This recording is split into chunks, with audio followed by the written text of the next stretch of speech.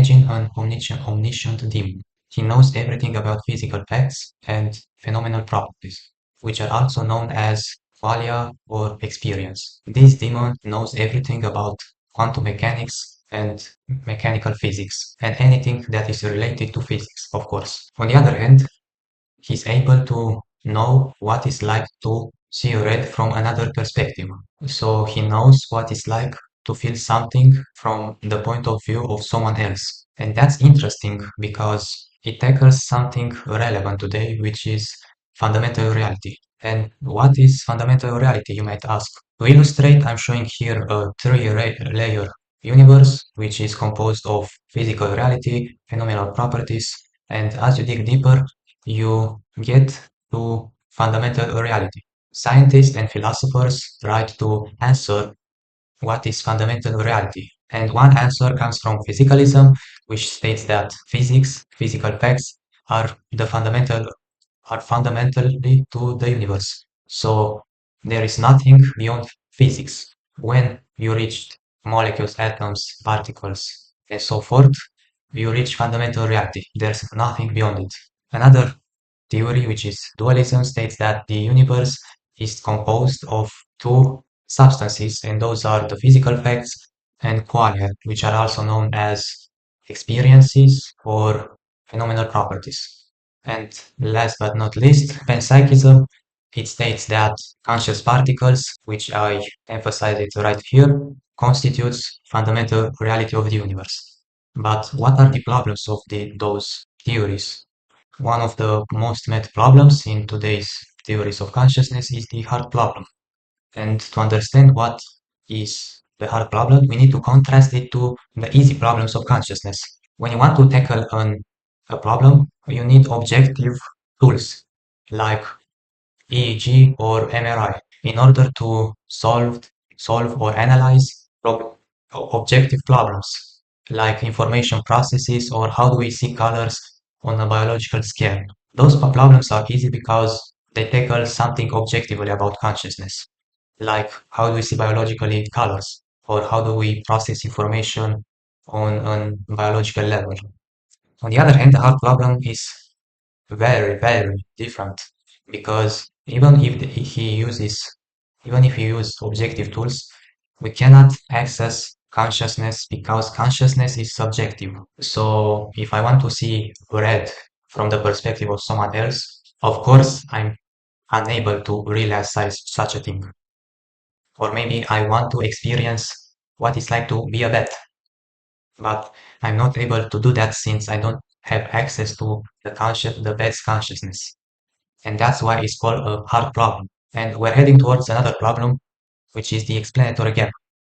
And I choose this photo because I think it's very relevant to the example that I wish to give.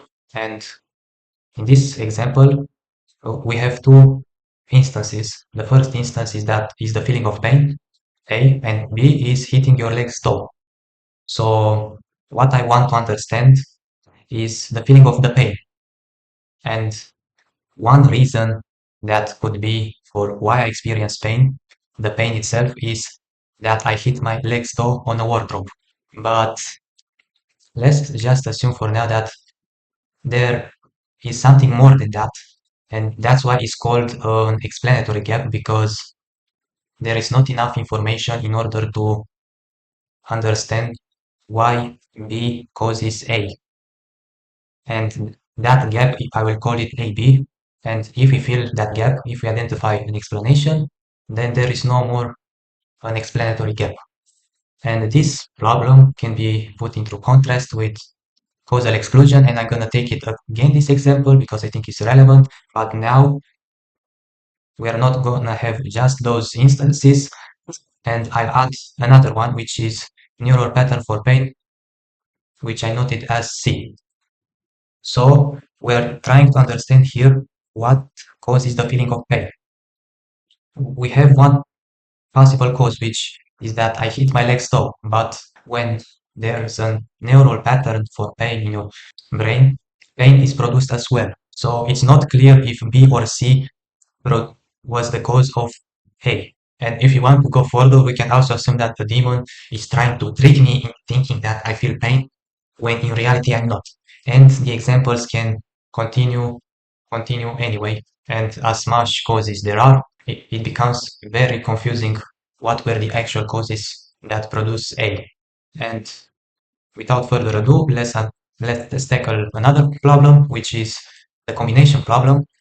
This is a type of an explanatory gap because panpsychism is not able to justify why conscious particles are able to result in an universal consciousness, an universe that is conscious. It basically means that the explanation is incomplete in that sense. So because of those problems and those theories, I think we need to emphasize three criteria for a reliable theory of consciousness. And the first one is eternal constraint. It basically means that a reliable theory of consciousness should align with empirical data today, should align with what science has to say today. The next one is external constraint. External constraint basically means that a reliable theory of consciousness shouldn't have an explanatory gap. A reliable theory of consciousness should be as precise, as coherent, as logically as possible. Last but not least is the consciousness constraint, which states that consciousness should be, experience should play a major role in a reliable theory of consciousness. You cannot ignore experience. So a theory that I'm going to present today is Cosmopsychism, which appeared like 1-2 decades ago. And to understand Cosmopsychism, we need to analyze one theory, which is priority monism. Priority monism states that the universe is the fundamental reality. And because it's a monistic theory of consciousness, it adds up a positive component and a negative component. The positive component is the hidden component, is the things that are not revealed, the facts that are not revealed. They are hidden from our senses, they are not tangible. The negative component is the opposite, of course. They are the revealed components of the universe. They are tangible, they are accessible to our senses. And of course, panpsychism is another theory that plays a major role in cosmopsychism. So basically, priority monism and panpsychism are responsible for forming cosmopsychism. To give you an analogy, cosmopsychism is like an ocean. Cosmopsychism states that the universe is conscious, and because it is conscious, it also has a positive and a negative component, which in this case is called lateral duality principle. Another thing to mention is that cosmopsychism has a top-bottom perspective. So you can think of that the universe is conscious, and after that, it comes along that the particles are conscious as well. So it takes a opposite direction with panpsychism, which brings us to the problems that cosmopsychism faces nowadays. And thus cosmopsychism deals with explanatory gap. Well, we have an explanatory gap nowadays for consciousness, for cosmopsychism, which is the combination problem, which is in opposite with combination problem. What the combination problem basically states is that there is a lack of explanation for why the universe, the conscious universe, has to be the cause of conscious particles. So it's like the combination problem, but it takes an opposite route in that sense. And another problem is for cosmopsychism is Palet problem. Palet problem basically states that we have a certain amount of particles and a certain amount of experiences.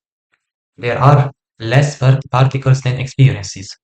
There is a lack of equilibrium.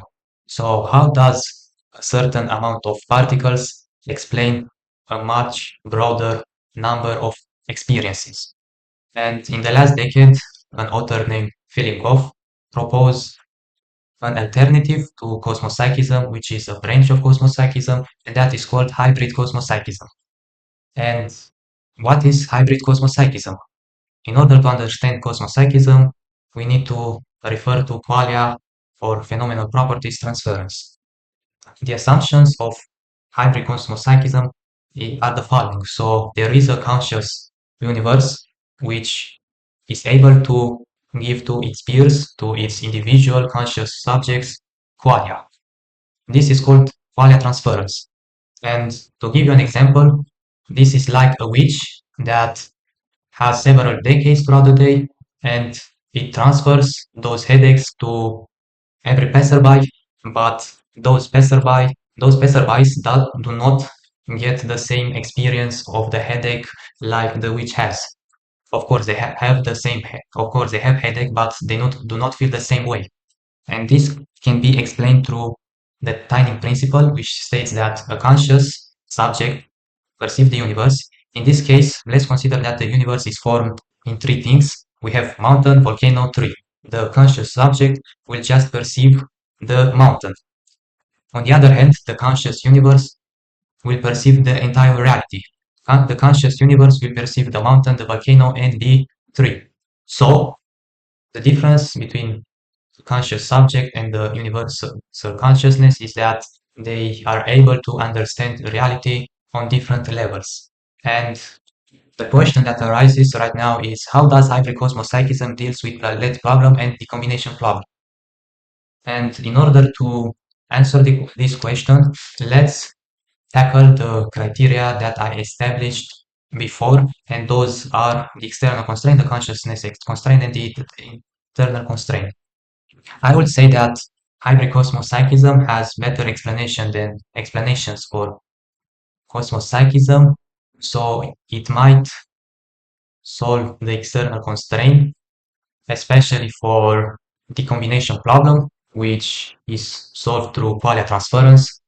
It seems that is a less explanatory gap in this case. Then, upon the consciousness constraint, it also seems that consciousness is not ignored. There is a position upon experience, but I'm not really sure on internal constraint because I think we need more data in order to demonstrate, to show how qualia transference is possible. So until anyone will decide to test empirically this theory, let's head towards the conclusion. And what I did on this presentation was to showcase a number of theories that had a number of problems. Then I came with two alternatives. First of all was cosmopsychism, which had problems as well. And there is still hope for hybrid cosmopsychism, but we need to analyze more on that. And that's all for this presentation. You can check out the bibliography right there. And if you want to ask me any questions, feel free to do it either in the comment section, either via my email, which you can find it here. Thank you for your attention.